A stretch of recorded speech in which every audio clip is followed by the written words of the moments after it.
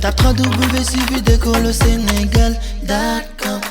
À école au Sénégal, c'est facile, tu n'as qu'à te connecter. Tape école au Sénégal, les leçons sont beaucoup plus détaillées. Bonjour, c'est M. Tamba. Aujourd'hui, on va essayer de faire quelques révisions pour en vue de préparer les compositions du premier semestre. D'abord, on va travailler avec le programme de la classe de 4e. On va essayer de travailler sur d'abord le premier chapitre de physique, c'est-à-dire introduction aux sciences physiques. Après, on va essayer de parler un peu des grandeurs physiques et mesures. Après, on va essayer de parler, si le temps nous le permet, des masses volumiques et densité.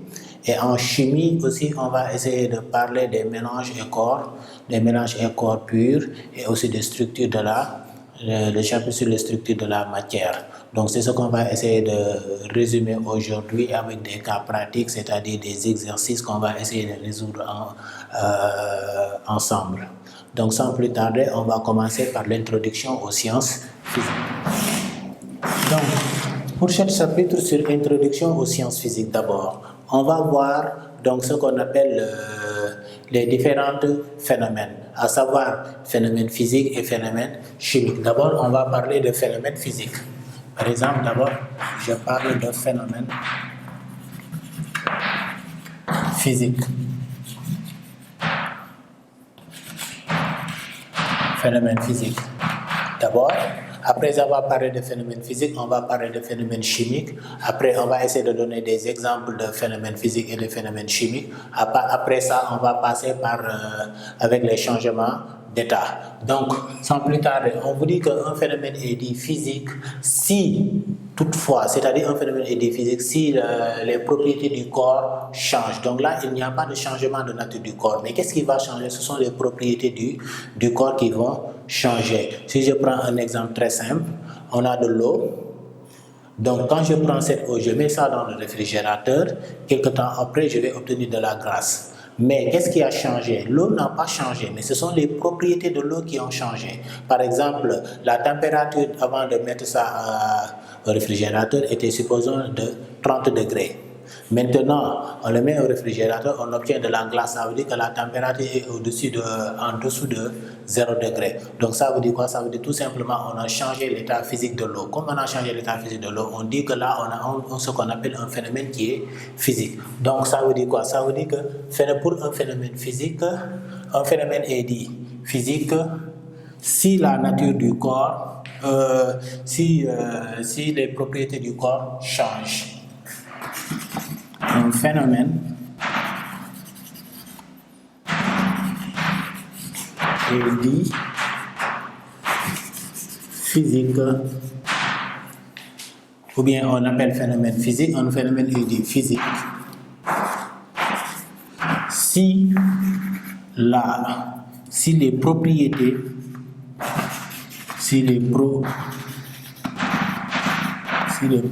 du corps changent. Donc, quand les propriétés du corps changent, si les propriétés du corps changent, sans changer la nature, sans changer la nature du corps, je précise ça. C'est-à-dire, là, quand il n'y a pas changement de nature du corps, mais qu'est-ce qui a changé? Ce sont les propriétés qui vont changer, c'est-à-dire les propriétés du corps ont changé. Et comme les propriétés du corps ont changé, donc là, on va parler de quoi? On va parler de phénomènes physiques. Si je prends comme exemple, par exemple, donc, voilà, donc comme exemple, comme je disais tout à l'heure, comme exemple, on peut prendre donc la dissolution du sel. La dissolution du sel dans l'eau. On peut prendre aussi comme exemple la dilatation. Parce que pour la dissolution du sel dans l'eau, quand on prend du sel ou du sucre, on le met dans l'eau. Donc, qu'est-ce qui va... Au départ, l'eau n'était pas sucrée ou bien n'était pas salée, mais après, on va obtenir de l'eau salée. Donc, ça veut dire quoi? Ça veut dire tout simplement les propriétés ont changé, comme le cas que j'ai parlé tout à l'heure avec l'eau et la glace. Et aussi, quand on parle de dilatation, si on prend un objet en fer, Par exemple, on essaie de chauffer ça, il va se dilater. Mais quelques temps après, il peut retrouver sa forme initiale. Donc là, on peut parler de phénomènes physiques encore. Donc tout ça, ce sont des exemples de phénomènes physiques. Donc là, je peux mettre 3 points de suspension parce qu'on peut prendre plusieurs exemples de phénomènes physiques. Après ça, donc on va parler aussi de ce qu'on appelle un phénomène chimique. Phénomène chimique. Et quand on parle de phénomène chimique, là, qu'est-ce qui se passe? Il y a transformation, ça veut dire qu'il y a changement. Donc, qu'est-ce qui va changer? La nature du corps va changer. Ce que le corps qu'on avait au départ est différent du corps qu'on va avoir à l'arrivée. Donc, on appelle phénomène chimique, un phénomène est dit chimique, je dis ça, un phénomène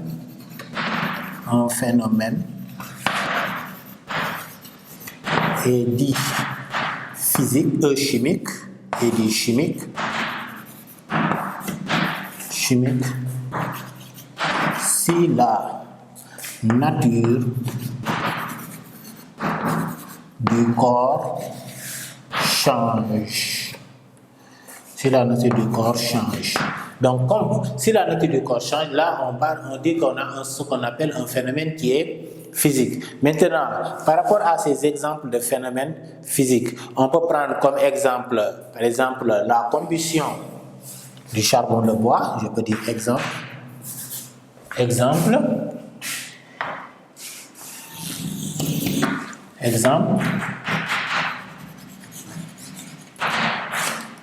La combustion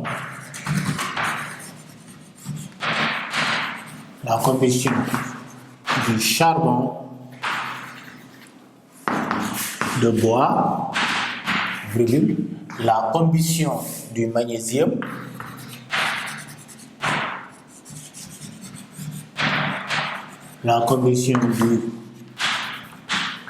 du magnésium.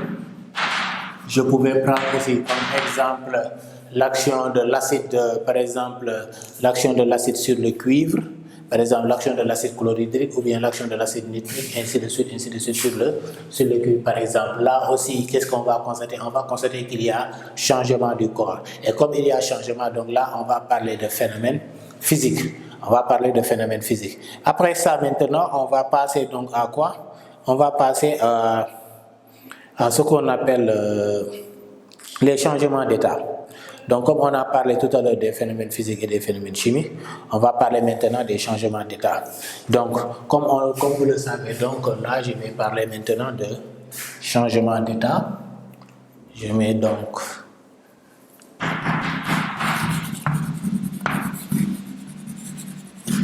changement d'état.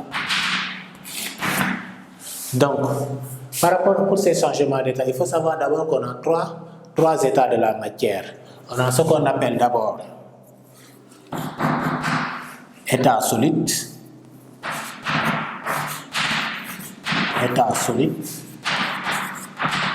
Donc, on peut parler d'abord de l'état solide. Et pour les états solides, il y a différents types d'états solides. Et pour les états solides, on peut distinguer aussi des solides compacts, des solides mous et des solides divisés.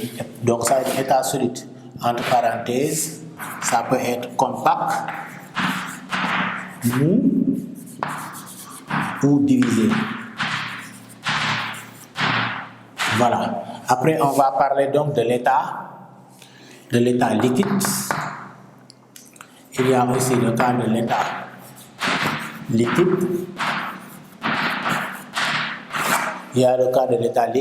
Et pour le cas de l'état liquide, après l'état liquide, on va parler donc de l'état gazeux. On va parler aussi de l'état gazeux. Voilà, c'est les trois états de la matière qu'on peut rencontrer, c'est-à-dire l'état liquide, l'état solide, l'état gazeux. Et par exemple, pour les états liquides, donc là aussi, on peut dire que écoulement facile, par exemple,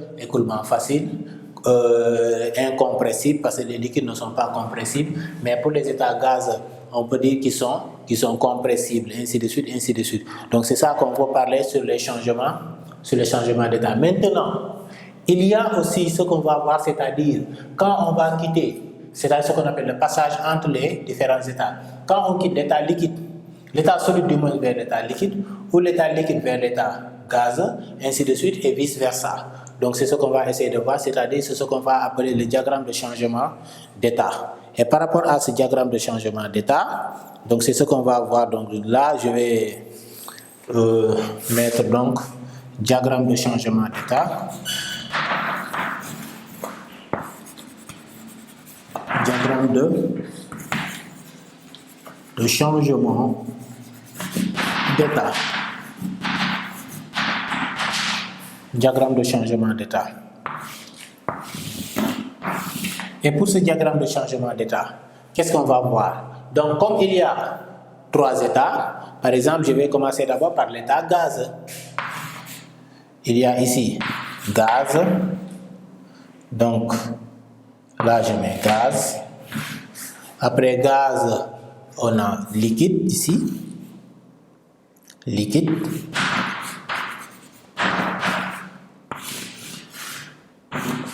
Après liquide, on a solide. Bon, je pouvais mettre ça en majuscule, hein. Liquide. Après liquide, on a solide.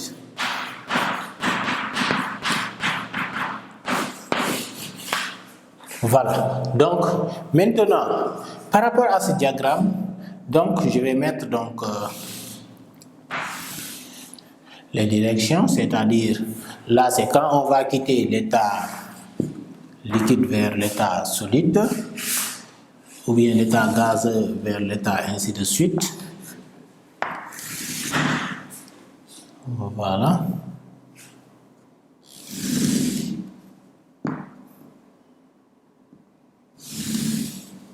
Ok. Donc, là, on a cette direction, voilà. Et l'autre. Voilà. Maintenant, il nous reste à compléter le diagramme. Maintenant, pour compléter ce diagramme, donc, on va essayer de voir d'abord par rapport aux différents changements d'état. Donc, par exemple, quand on quitte l'état liquide vers l'état, donc d'abord, on va parler donc de gaz à solide. Après, on va faire comme ça. Donc, quand on quitte l'état gazeux vers l'état solide, on parle de condensation. Condensation. Voilà. Maintenant, quand on quitte l'état solide vers l'état liquide, on fait ce qu'on appelle la fusion. On fait ce qu'on appelle la fusion. Maintenant, quand on quitte l'état liquide vers l'état gazeux, on fait ce qu'on appelle la vaporisation. Vaporisation.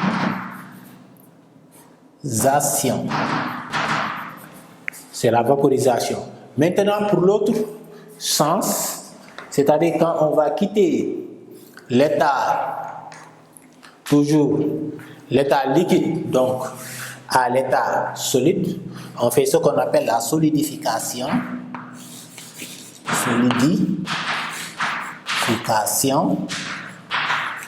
Solidification. Quand on quitte l'état solide vers l'état gazeux, on fait ce qu'on appelle la sublimation.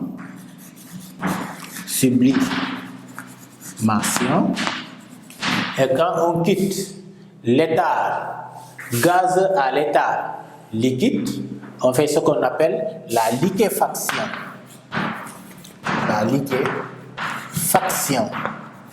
Voilà, on fait ce qu'on appelle la liquéfaction. Donc ça, c'est ce qu'on appelle le diagramme de changement d'état. Et par rapport à ce diagramme de changement d'état, tout de suite, on va passer directement à un exercice. Par exemple, là, je mets donc exercice. Et pour cet exercice, qu'est-ce qu'on va nous demander d'abord? On va nous demander de compléter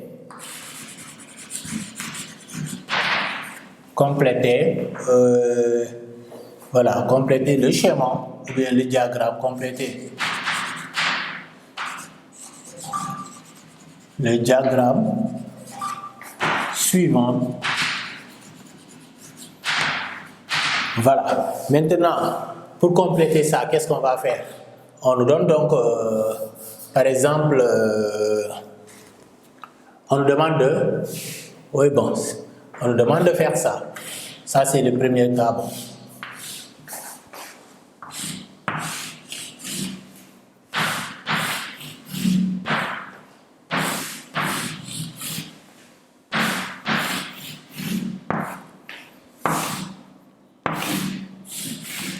Voilà, là on a solide.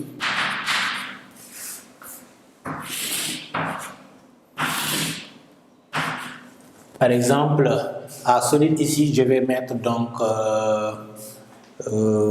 pour le cas de solide, je peux mettre fusion par exemple.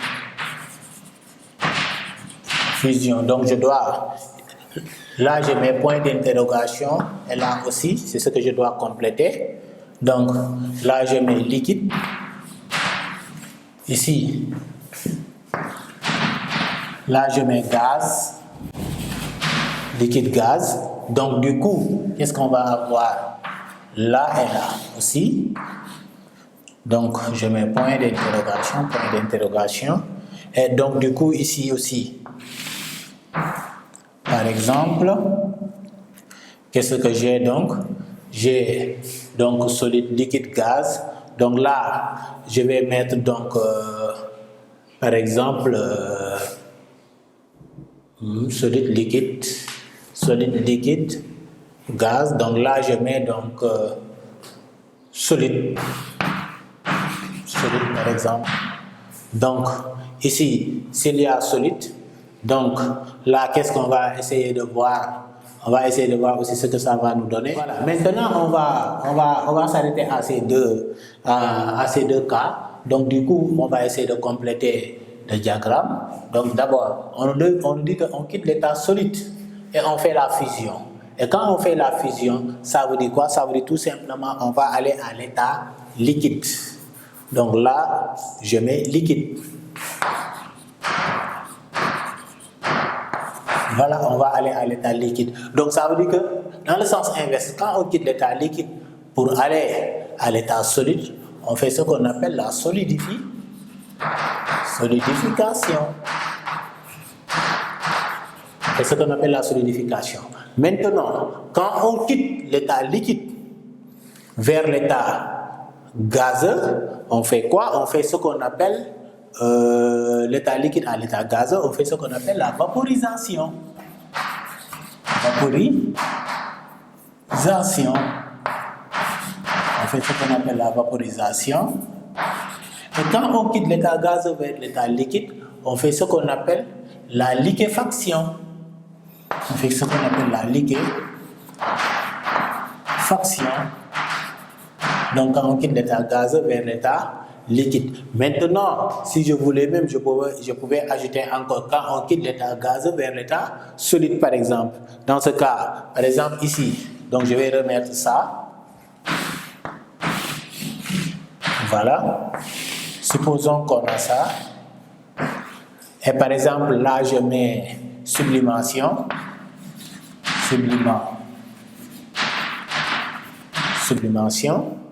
Donc, quand on fait la sublimation, ça veut dire qu'on va quitter l'état gazeux vers l'état solide. Donc là, ici, qu'est-ce que je vais mettre? Je vais mettre directement gaz. Donc là, comme c'est la sublimation, je vais mettre ici solide. Et donc, du coup, ici, là, on aura de solide à gaz, on aura la condensation. Voilà. Donc, en résumé, c'est tout ce qu'on pouvait voir sur, par exemple, l'introduction aux sciences physiques, qui commence d'abord par l'étude des différents phénomènes, d'abord à savoir distinguer ce qu'on appelle phénomènes physiques et phénomènes chimiques. Donc, on vous dit que quand on parle de phénomènes physiques, il y a changement de propriétés. Il faut faire très attention. Ce sont les propriétés du corps qui vont changer. Mais le corps en tant que tel ne change pas. Par exemple, on prend de l'eau, on met dans le réfrigérateur, on a de la glace. On le repose. Ça veut dire quoi? Ça veut dire que les propriétés de l'eau ont changé. Donc, du coup, mais c'est toujours de l'eau. Parce que si vous posez encore la glace à l'air libre, on va obtenir de l'eau. Donc, ça, c'est par rapport aux phénomènes physiques. Maintenant, pour le cas des phénomènes chimiques, là, on va avoir ce qu'on appelle transformation. Donc ça veut dire quoi? Ça veut dire que le corps va changer complètement. Donc ce qu'on a au départ et ce qu'on a à l'arrivée, ce sera deux choses différentes. Par exemple, avec la combustion du charbon de bois, si on prend par exemple l'action de l'acide sur le cuivre, ainsi de suite, ainsi de suite. Après ça, on a vu ce qu'on appelle les changements d'état. Et puis, quand on parle de changement d'état, d'abord, il faut parler des états de la matière. Et parmi les états de la matière, il y a l'état solide, l'état liquide, l'état gazeux. Et pour les états solides, par exemple, on a différents types d'états solides. Les solides peuvent être compacts, mous ou divisés. Maintenant, pour le cas des états de l'état liquide, donc l'état liquide est incompressible, c'est-à-dire les liquides sont incompressibles. Ils sont incompressibles, écoulement facile, ainsi de suite, ainsi de suite. Mais par rapport aux états gazeux, donc ils sont compressibles, ainsi de suite, ainsi de suite. Donc là, c'est les différents états. Maintenant, après, on va essayer de voir par rapport au diagramme de changement d'état, comment passer de l'état liquide à l'état gazeux, ainsi de suite, ainsi de suite. Maintenant aussi, autre chose à faire, c'est-à-dire très souvent ce qu'on va vous demander, c'est donner deux exemples de phénomènes physiques, ou bien deux exemples de phénomènes chimiques, ou bien des diagrammes de changement d'état. Là, on a travaillé sur le cas des diagrammes de changement d'état. Donc, si on vous demande de donner des exemples de phénomènes physiques, par exemple, on peut donner comme exemple la dilatation, on peut donner comme exemple aussi la dissolution du sel, on peut donner aussi comme exemple, par exemple, le fait, comment dirais-je encore, la lampe électrique, c'est-à-dire le fait qu'on allume la lampe, la lumière par la combustion, la lumière par le courant électrique, ça c'est un phénomène qui est physique. Maintenant, quand on parle de phénomène chimique, là aussi on peut parler de combustion du charbon de bois, l'action de l'acide chlorhydrique sur le cuivre, on peut parler aussi de la combustion du magnésium, ainsi de suite, ainsi de suite. Il y en a plusieurs exemples que vous pouvez prendre. Voilà, maintenant on va passer au chapitre 2, toujours le premier semestre. Donc, on va parler de grandeur, physique,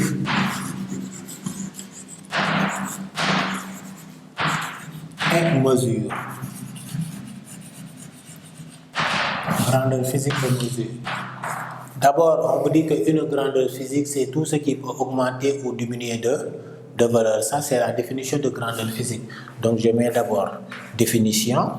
Une grandeur physique. Une grandeur physique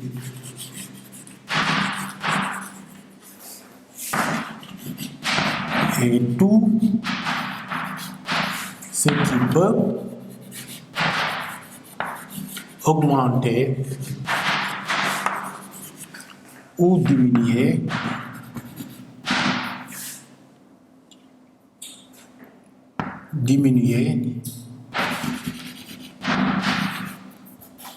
diminuer de valeur. Et tout ce qui peut augmenter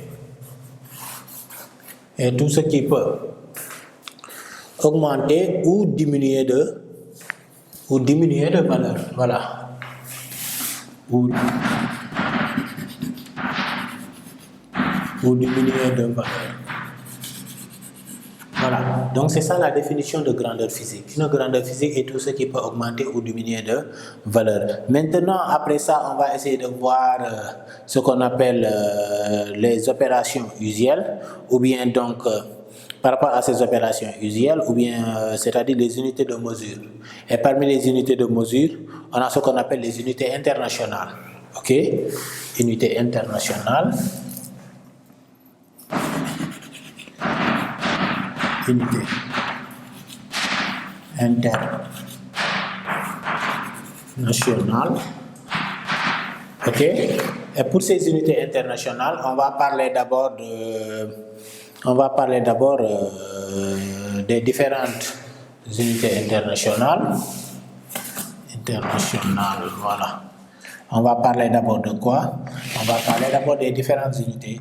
Il y a ce qu'on appelle les grandeurs, ainsi de suite. Là, je mets grandeur. Voilà. Après grandeur, je peux mettre unité internationale. Grandeur. Unité internationale. grandeur unité internationale. Et pour ces unités internationales, on a ce qu'on appelle le volume. Et pour le volume, son unité internationale, c'est le mètre cube. Après le volume, il y a la longueur.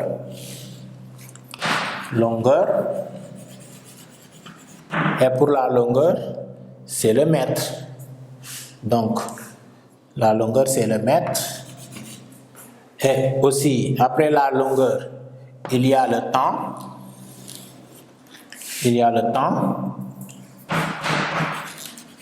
Et pour le temps, c'est seconde. On note ça par S. Après le temps, on peut parler aussi des angles. Les angles, c'est le radian. Donc, voilà, par exemple, là, on va parler des angles. Angle, c'est le radian qu'on note par RAD. Voilà, c'est ça les différentes unités de mesure. Mais, vous allez beaucoup travailler surtout avec le cas des volumes. Donc, je vais vous mettre le tableau de correspondance pour le cas des volumes et pour ce tableau de correspondance. Donc, ce qu'il faut comprendre, c'est quoi? Donc, on a d'abord mètre cube.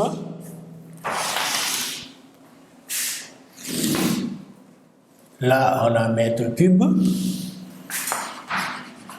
décimètre cube, centimètre cube. Voilà.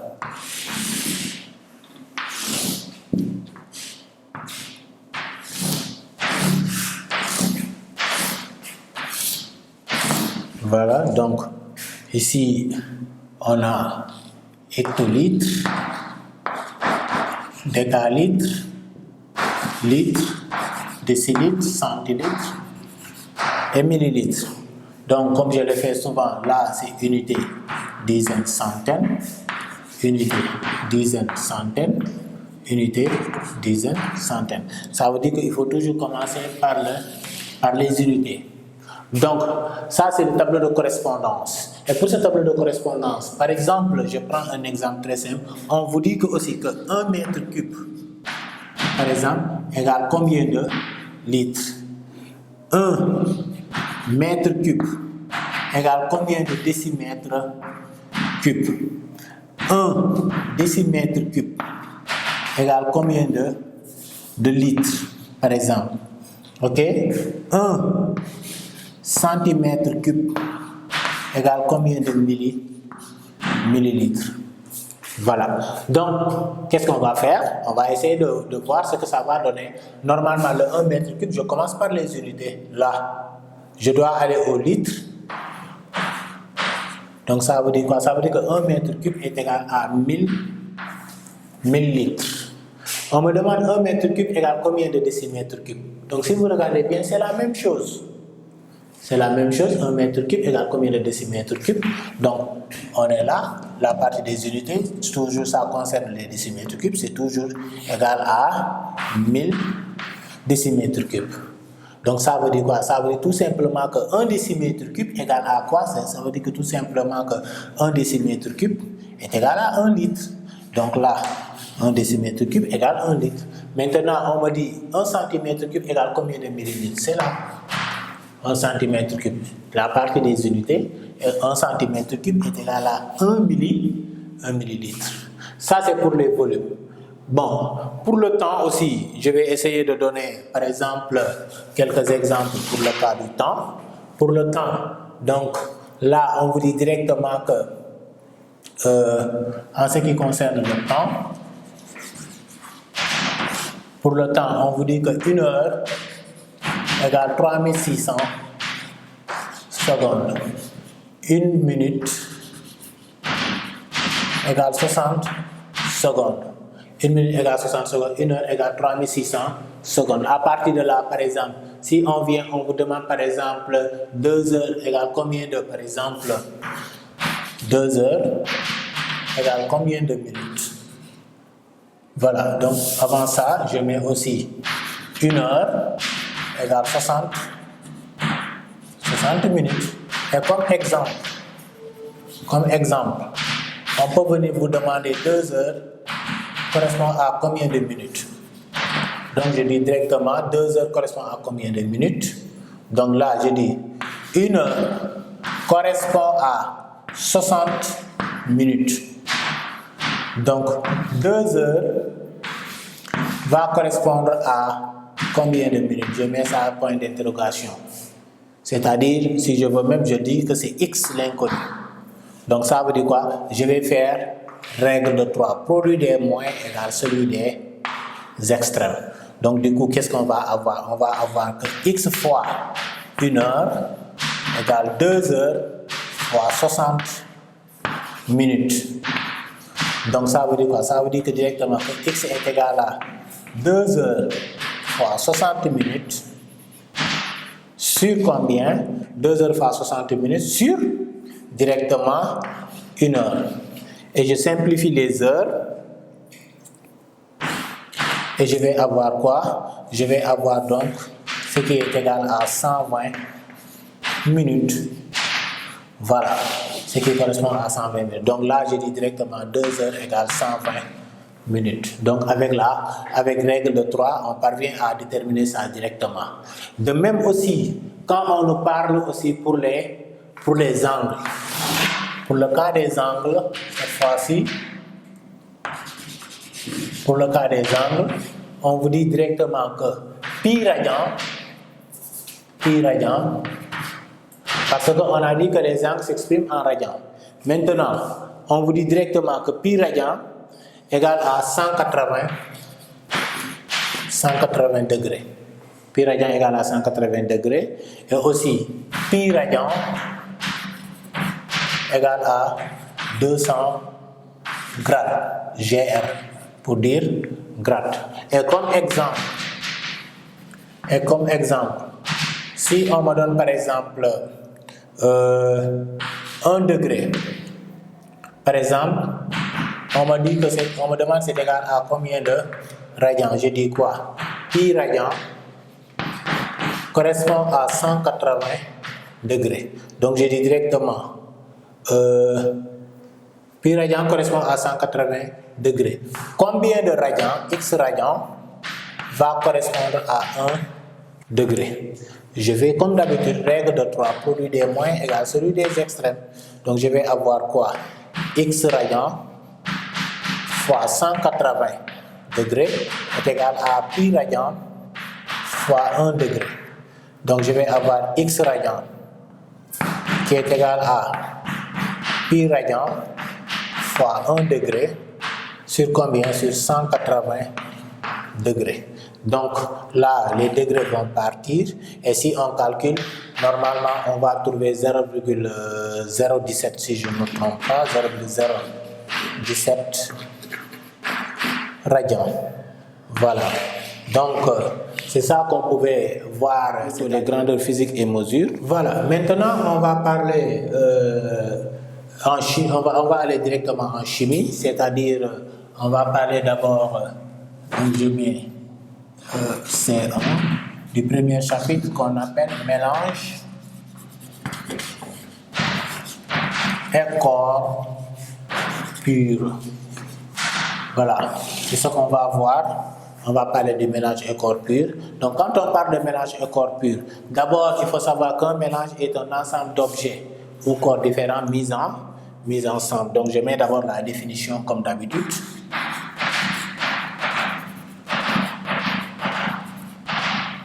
Définition. Donc je dis un mélange est un ensemble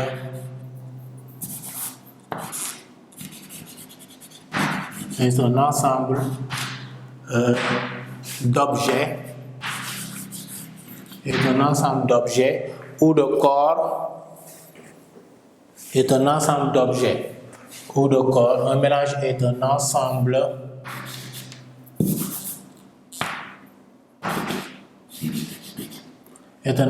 d'objets ou de corps différents mis ensemble.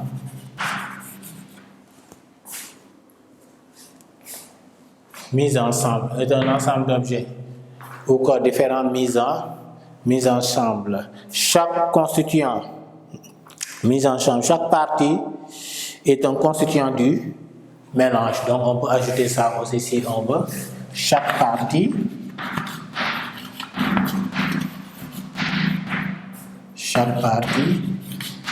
est un constituant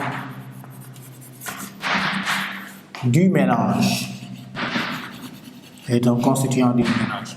Point. Maintenant, donc là, après la définition, donc ça veut dire qu'on peut avoir deux types de mélanges. Ce qu'on appelle les mélanges homogènes et les mélanges hétérogènes. Les mélanges homogènes, ce sont des mélanges qu'on ne peut pas distinguer à l'œil nu. Mais pour les mélanges hétérogènes, c'est des mélanges dont on peut distinguer ces constituants à l'œil nu. Donc, c'est ce qu'on va essayer de voir tout à l'heure. Par exemple, donc, pour le cas de mélange hétérogène d'abord, je mets mélange hétérogène.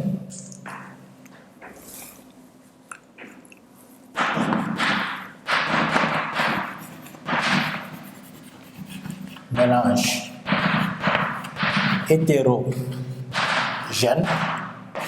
Donc, les mélanges hétérogènes, c'est des mélanges c'est des mélanges dont on peut distinguer ces constituants à l'œil nu. Donc, on dit directement, ce sont des mélanges. Un mélange est dit hétérogène lorsqu'on peut distinguer ses constituants à l'œil nu. Voilà. Un mélange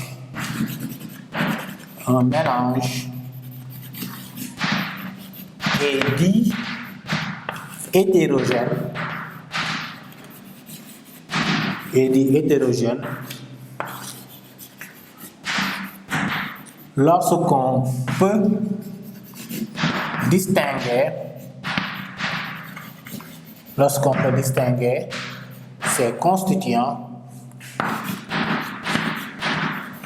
hétérogène lorsqu'on peut distinguer ses constituants à l'œil nu. Lorsqu'on peut distinguer ces constituants à l'œil nu. Donc, quand on peut distinguer ces constituants à l'œil nu, on dit que le mélange est hétérogène. Donc, exemple de mélange hétérogène. Exemple, oui, mélange de fruits, il n'y a pas de problème. Mélange de fruits. Comme autre exemple qu'on peut prendre, eau boueuse.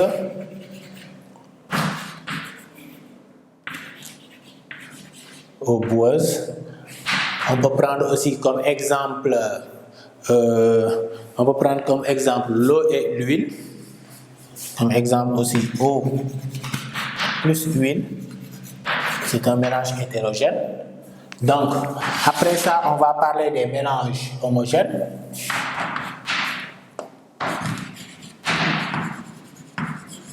Mélange homogène. Et pour ces mélanges homogènes, un mélange est dit homogène. Un mélange est dit homogène.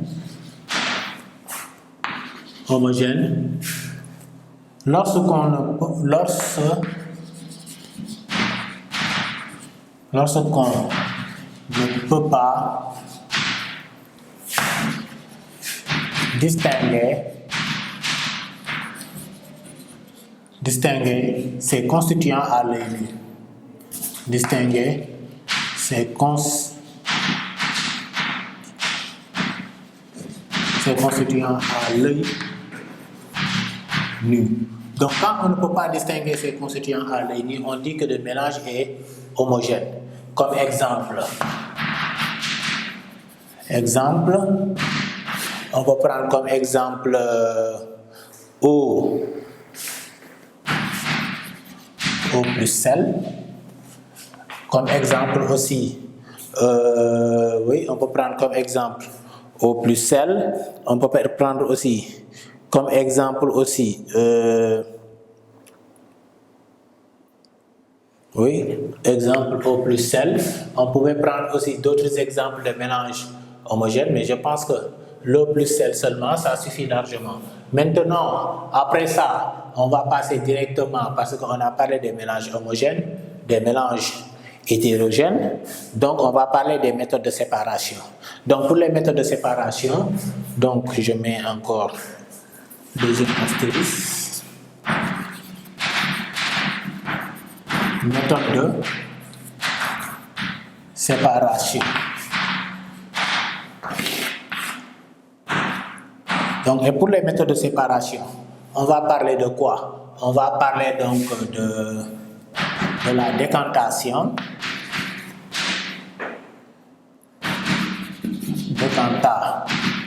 Décantation. On va parler de la filtration. Et on va parler de la distillation.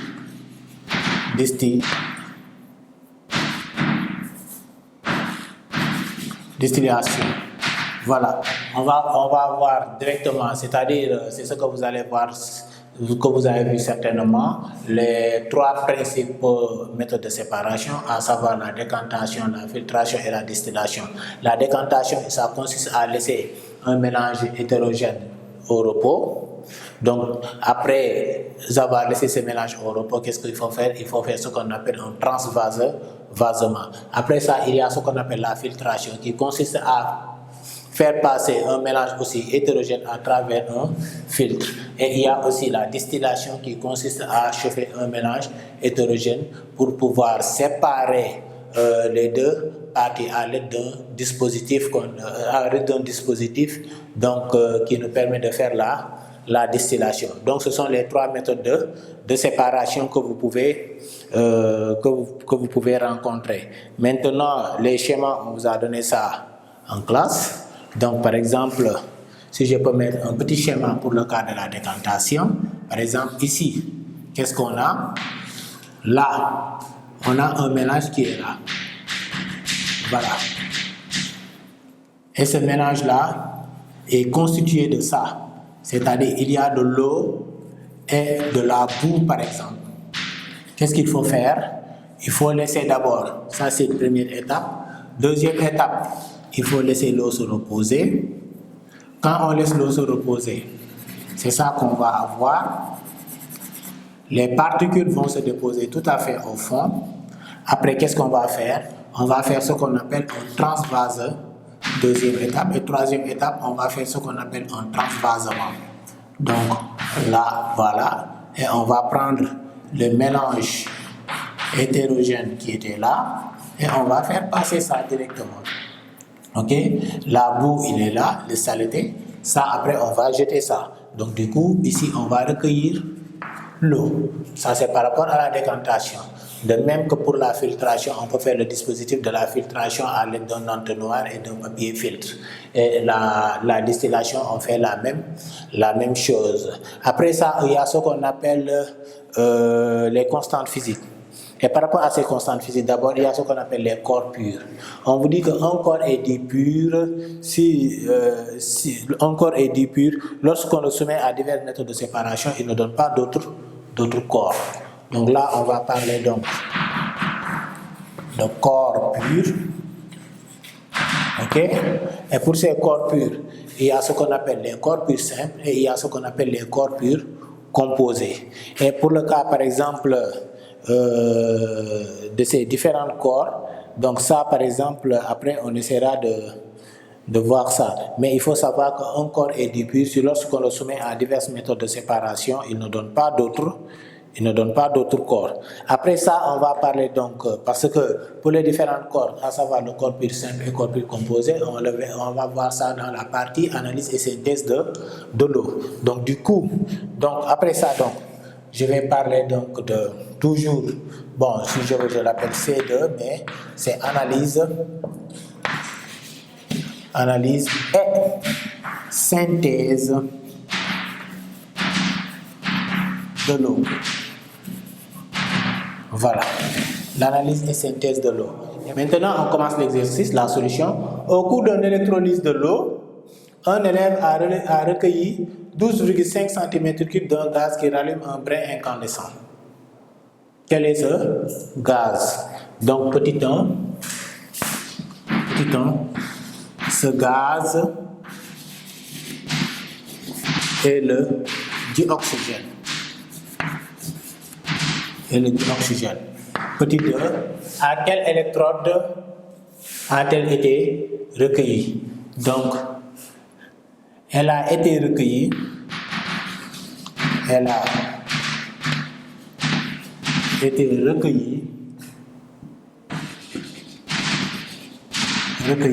À l'anode, parce qu'il se dégage à l'anode. Comme c'est le dioxygène, donc il rallume un brin incandescent. Ce gaz, c'est le dioxygène. Il a été recueilli à l'anode. On me demande maintenant, petit 3, quel est l'autre gaz?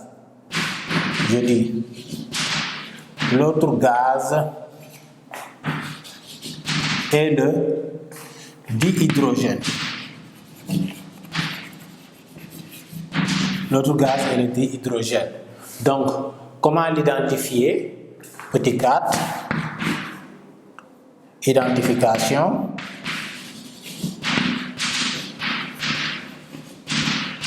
Identification, 2 points.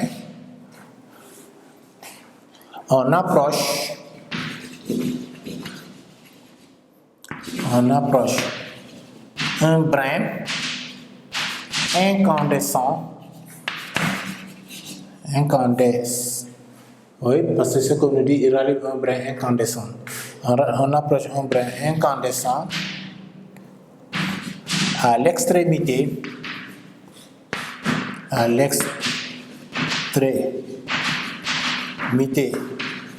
du tube à essai, virgule, il produit une légère détonation. Il produit une légère détonation, virgule,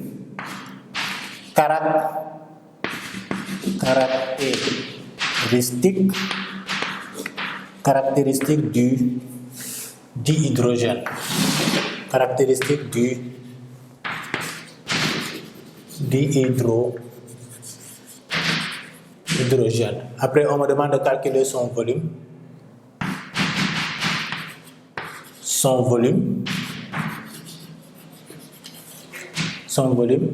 On nous dit que le volume de dioxygène égale à 2 fois le volume de dihydrogène. Donc ça veut dire quoi? On me dit que le volume de dioxygène est le double du volume de dihydrogène. Voilà, le volume de dihydrogène est égal à 2 fois le volume de dioxygène. Donc, on va avoir en application numérique le volume de dihydrogène qui est égal à quoi? 2 fois le volume qu'on nous a donné, 12,5 cm3, ce qui va nous donner comme volume d'hydrogène qui est égal à 25 cm3. Et c'est ça le volume de dihydrogène. Donc, c'est la partie toujours mélange et corps pur.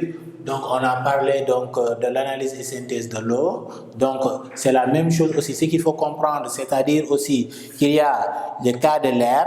Et pour ces formules, ce qu'il faut comprendre pour ces formules, je vais donner ça tout à l'heure, c'est-à-dire que le volume de dioxygène est égal à 1/5 multiplié par le volume d'air.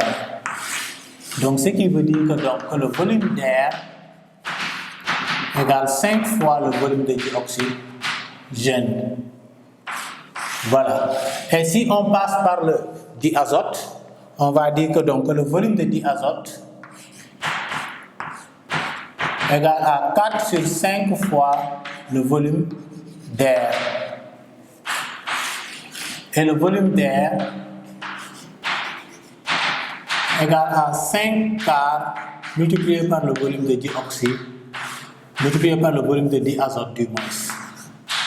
Voilà, donc ça c'est la composition de l'air, parce qu'on vous dit que pour l'air est composé de 21% de dioxygène et de 78% de diazote, et les autres c'est du gaz rares. Donc c'est tout ce qu'on pouvait voir dans le cadre de cette révision. Donc je vous dis merci et à la prochaine.